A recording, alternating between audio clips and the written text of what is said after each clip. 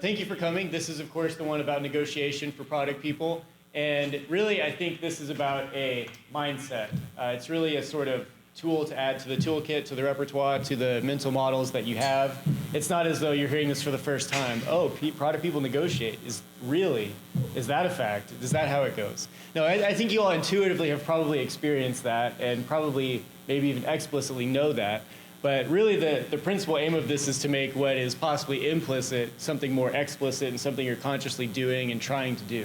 So that's really what we're after. And this is kind of a workshop. So twice, we're going to sort of get into tables. I'd suppose there'd be tables. So we'll go by rows maybe, or 4 or 5 people in a group. And we'll do little discussions along the way for about 5 minutes each time. So that's about 10 minutes worth of what this talk will be. So we're going to get into it. Firstly, we do have some excellent sponsors, and we have them to thank for the facility, the food, especially the lunch, and so on. So having been a former volunteer with Product Camp, I can absolutely reaffirm that it's not possible without the sponsors. So we do thank them. And I want to start by telling you a story you might have heard already, a story of a lemon. And once upon a time, in a galaxy far, far away, there was a kitchen with 2 chefs. And as they're going about their business, trying to make meals and so on, as chefs do at work, there's only 1 lemon left in their stock, in their inventory, in the pantry. And so they both sort of look at each other with knives in hand, thinking, what are we going to do here? And one way would be use those knives to sort out who gets it. One might be cut the lemon in half. Any other ideas as to how you might split up a lemon between 2 people? I suppose That's basically the answer. I think someone's been on the internet before. So as it turns out, the story goes, one chef is trying to make lemonade or juice, and so he wants to make juice out of it. He wants the juice out of it. The other is trying to use the skin for a dessert as kind of an ornamental garnish type thing. So in other words, by thinking creatively and asking why, you can invent new possibilities, and that is, in essence, what negotiation is. And that's basically also what product management is to a large extent. So with that in mind, I'm going to read you a quick quote. Negotiation begins with listening to the other party, validating their concerns and emotions, building trust, and creating a safety net that allows for real conversations. That might sound familiar. That might sound like something you've maybe heard of before somewhere. If you've been in product one way or another, marketing, product support, product design, product management, product owner, leadership, product coach, whatever it might be. You might have heard these kind of things before. And that's because it kind of amounts to a lot of what product management is. It's not exactly a surprise that these things have a lot of overlap with product management. So negotiation really comes down to a handful of things, and I've highlighted just a couple of them that you already know about. If you've done customer interviews or some sort of discovery, if you've got communication skills as a PM, and hopefully you do, then you've heard these things and you know these things. So firstly, active listening. You all know that one for sure. So your goal is, of course, to ascertain things, to uncover information as much as you can, rather than be right or hear yourself talk. You are actively listening. There is empathy and trying to validate somebody else's perspective, what their concerns are, and again, truly hear them and show them that you hear them. And getting a little bit more specific to negotiation, or at the very least persuasion, mirroring, repeating back to somebody the last 1 or 2 or 3 words they've said, or the key thing they just said in their sentence or statement that they just made to you. And after you do that, labeling it. It sounds like this is what you meant. It seems like this is what I'm hearing. It seems like this is where you are. It seems like this is your perspective, that kind of thing. So mirroring and labeling, which sounds very much like any kind of user discussion I've had. It sounds like this is what you're saying, or it sounds like this. Did I hear that right? That sort of thing. And this fourth one is related to discovery in a big way. You've all heard solutioning. It's always kind of weird to me when people make words out of things, but solutioning, a pseudo word, too fast. So How many times have you heard somebody say, don't do that too fast? Probably quite a few. So the same is true of communication, but certainly true of negotiation. So in the case of trying to be persuasive and negotiate with somebody, avoid solutioning too fast. If possible, even break that down into several discrete steps and do it separately. Firstly, brainstorm solutions, ponder together, collaborate together, and then separately or afterward, actually try to pick a solution that will accomplish all the goals that you intend to accomplish.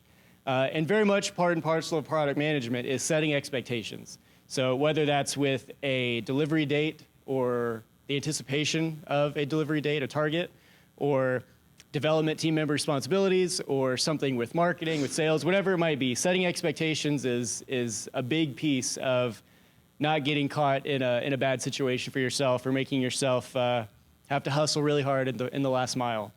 And finally, I'm going to say something that's extremely obvious: communicating.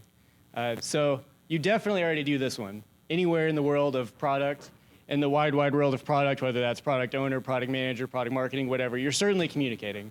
And that's basically what negotiation amounts to a lot of the time. You're gathering input, you're bringing people along for the ride, and doing all the above things. So I want to highlight 3 words here: connect, communicate, close. And the end goal, obviously, is to get toward the best outcome in the most efficient way without messing up the relationship that you have. So that's the connect piece. Firstly, you should firstly build a relationship, but then maintain a relationship before you try to get something from somebody. I think that's pretty obvious, and as product people, you probably get that right off the bat. We don't need to focus on that. But I just want you to remember those 3 words: connect, communicate, close. And there are a couple of books I'm going to recommend at the very end and other resources, and you can actually avoid reading some of those because that summarizes it right there. Connect, communicate, close. So I'll save you some time and just tell you the underlying meaning of a lot of the stuff that's out there. And this is pretty obvious, right? It sounds a lot like you would scope a project or something. It sounds a lot like how you'd approach anything, really. You start with the people, you start with a wide array of things in front of you, and you gradually distill that down into something very explicit, and you think of creative ways to accomplish it, right? That sounds pretty similar to things we've talked about before and learned about before. And when possible, in negotiating, referring back to using objective criteria, is incredibly good if you can get it. At one company I worked for in the past, there were literally 10 ranked objectives of what the company's goals were for the year. And so if you're working on priority number 3 and somebody wants resources or they have dependencies or whatever, there's a need, and they're working on number 10, well, you're going to win. Pretty much off the bat, you can kind of avoid negotiating even in that case because there are extremely clear priorities for the entire company and everybody has to fall in line with that. So at any rate, when you have objective criteria, it's extremely good to refer back to that and avoid the sort of bias or other things that might prejudice opinions one way or another, make people feel like they got treated unfairly. And before we do our first little exercise here, I just want to show a couple of questions. You'll notice that all of these that good negotiators are going to use frequently begin with what or how. How can we solve this problem? A really good one is, how am I supposed to do that? You want me to do all this stuff in the next 2 weeks with my team? How am I supposed to do that? If you want someone to feel empathy for the position that you're in and make them realize what they're asking is impossible or at least very difficult, how am I supposed to do that is a very good thing to remember. How can I make this happen? How can I help better? What about this is important to you? And so on. So this is a lot of words on one screen, but I'm going to leave it up for the next 5 minutes or so while we do the first exercise. And this is going to amount to basically 2 rows or so of people. Let's get 3, 4, 5 people together and spend a few minutes going through the last time one of you had to negotiate with a team or stakeholders. So how you approached it, and with the second question, what kind of natural negotiator are you? Just like you've got a sort of Myers-Briggs personality type, or if you've done the DISC profile one, you come out somewhere along the way there. Or if you've got some kind of natural inclination toward being an extrovert or introvert, you have a natural negotiating style. My intent here is just to draw that out a little bit and get you to think about it a little more explicitly. So for the next 5 minutes or so, if we can turn toward the people closest to us and kind of facilitate a conversation about these negotiating styles and talk about a recent example, that's where we'll go. We'll spend about 5 minutes there and then return to the slide deck. Okay, that's about the time for this. So how did that go? Do we feel like we have a better understanding of where we came out naturally, what our natural inclination is? Okay, cool. We're going to do one more little breakout session like that, so don't shift around too much. And I want to share a couple of things, and then we'll do a similar exercise in the same small groups. So it seems like people get a lot put on their plate as a product person. Does that sound right? Does that sound familiar? Yeah, not a lot of cat video watching during the day, probably. A lot of things coming at you. Yeah, I think people tend to feel that way. And they feel like people are giving them marching orders, they're giving them to-do lists and tasks. But I hope negotiation can help to enable you to feel you have a lot of leverage, because I think you do. As a product person, you actually have a tremendous amount of leverage if you think about it. And these are just a few examples that occur to me that I have or have had in the past before being in product or now being a product manager. You can probably add a dozen more bullet points if we were to sit through and add to this list. You'd probably come up with quite a few more. But there are various types of leverage, positive and negative. You can take things away or grant access to things. And I'm going to focus on the positive ones here real quick and tell you a few things that you typically would have in a product team.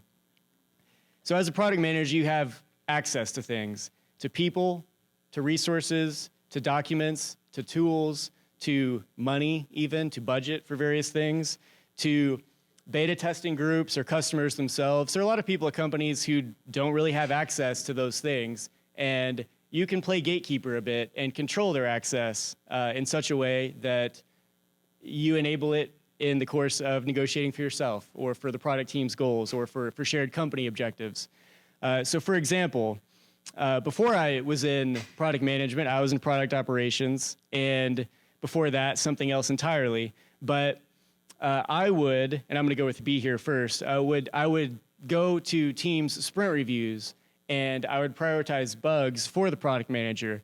So getting in their good graces by taking some work off their plate to a large degree, but also joining meetings when I'm not really truly on somebody's particular team. I was sort of a shared resource across teams. But by inviting me to a meeting, the PM does absolutely nothing. It costs him, in this case, nothing. Yet he's doing something for me that enables me to do my job better. So in his case, that's pretty positive. That's positive leverage. He's letting me join something and sit in and quietly observe, take notes, and so on, which helps me do my job better, which was a kind of hybrid UX researcher type role. And that had effectively no cost at all for him. With this A example, as in my first role in product, sitting literally with customer support managers and triaging bugs with their input makes them feel a whole lot of buy-in for how I'm doing it. So if you want somebody's buy-in, like the point made generally earlier, bring them along for the ride, and especially if you can, bring them in early such that they feel comfortable with the eventual solution and they feel like they helped contribute to it. You might have heard of this effect before, where if you take part in building something, you feel ownership of the final result. So those are a couple of examples there. But in addition to that, there's subject matter expertise, again, information, particularly as it relates to when something's going to be released, or roadmaps, or whether it's even in the backlog in any kind of way. Or very, very low cost here, kudos. If your company's got some kind of Microsoft Teams or Slack or whatever kind of instant messaging mechanism, you probably have some kind of a shout-out channel or thread or something where you can give kudos to people or praise them publicly in front of their organization, their boss, or the entire company. If you don't have that, you should be the one who starts it, because that's an extremely low-cost way to gain favor with people.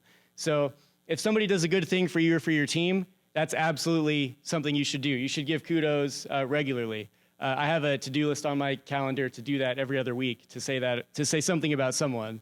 In the sense of, there certainly is, I'm not making it up either, it's not a contrived example, but there's certainly something someone's done in the previous 2 weeks where they deserve a public shout out. So that's an extremely good thing if you're looking outside of your own team to gain favor with people, and so eventually negotiate with them better because you're going to have that connect step we talked about already down. They're already going to like you.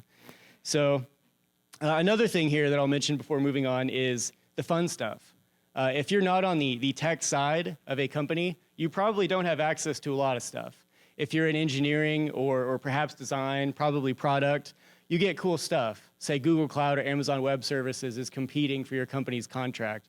At one company I worked for, they would send tacos and stuff. The account rep for Google would send tacos once or twice a month, or pizza, or a bag, or a box, rather, of Google t-shirts and stuff.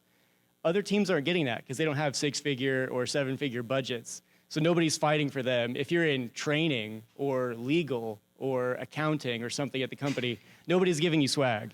So if you want to be in the good graces of all these people, send a few t-shirts to their desks or to their department or something. Or when pizza comes, tell them at the same time you tell your, well, a few minutes after you tell your team. Priorities matter, but better than not at all. So that's what I mean by gifts. Not exactly bribery, but pizza. And of course, listening and getting back to the whole idea of active listening, making sure people feel heard. That's a pretty obvious point.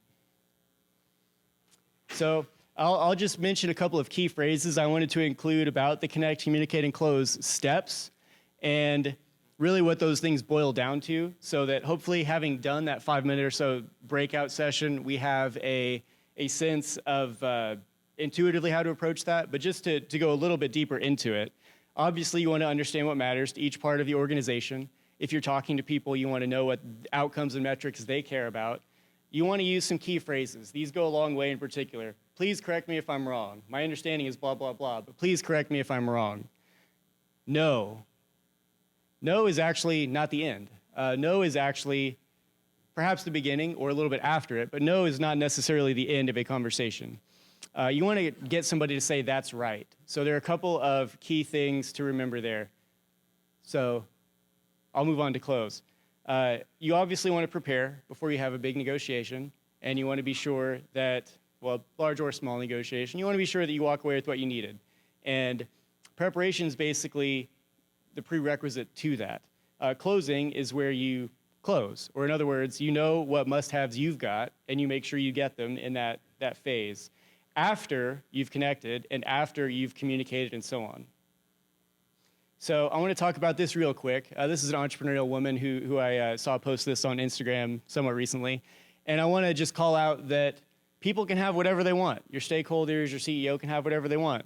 But kind of in the vein of the iron triangle of project management, scope, resources, time, they can't have everything they want all at the same time. So you can get your scope, Mr. or Mrs. CEO, but on my schedule because I know the capacity of my team.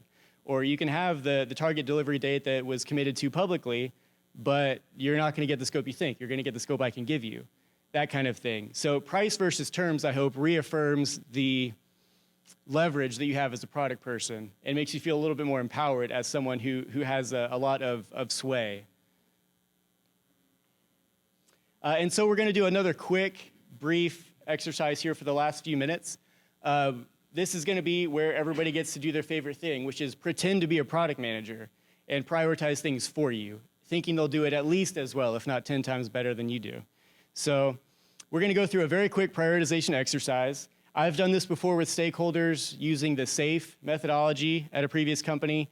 And when you put them in a room, the department heads or the general manager and their direct reports and so on, and you make sure that they all have consensus on what the top priority will be for the next 10-week increment in SAFE, or the next quarter, next year, whatever the time increment is. And then leave it to you as the PM and the team involved to pull in work and so on. You can go a long way with that. They will feel brought along for the journey, and they will understand the difficulty in your job. And in the end, some will have to go with this beautiful phrase, disagree but commit. That's a fun phrase where maybe you don't actually think this is the best way, but a decision was made and you're going to commit to it, or seek employment elsewhere, perhaps.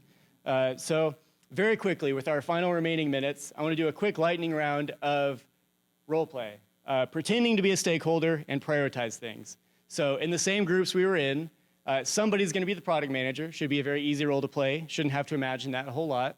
But that person's going to explain a recent trade-off they had to discuss with stakeholders, and the other people get to pick from this list and choose who they want to be, support, marketing, sales, and so on. A really fun one is an additional product person who has dependencies on the first product person. That's a pretty intricate negotiation sometimes.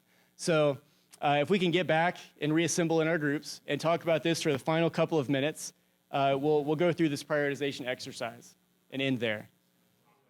Okay, thanks, y'all. That'll about take up our time here. So we'll return our attention to the front. Thank you for the second break out there. It sounds like there's a lot of good conversation there. The very final thing that I want to do is show you a couple of resources. So what I've discussed with you is a mixture of a couple of things. There's a very classic business book called Getting to Yes you might have heard of. I do recommend that one. This is a good book. I would also recommend Never Split the Difference, which is a different perspective on negotiating. But in terms of books, those are the two I'd recommend. You could also find an excellent summary online and maybe avoid reading those books. But in the case of Getting to Yes, there's certainly good summaries online. I have one linked here for Never Split the Difference, which is very helpful. And you'll have access to this deck later, so you can get the link there. But those two books, that summary of the second book, and then a couple of other things you'll be able to see when you see this deck. Other product people who've ventured to put forth opinions on negotiating. So with that, another thank you to our sponsors and to you for attending. Thank you.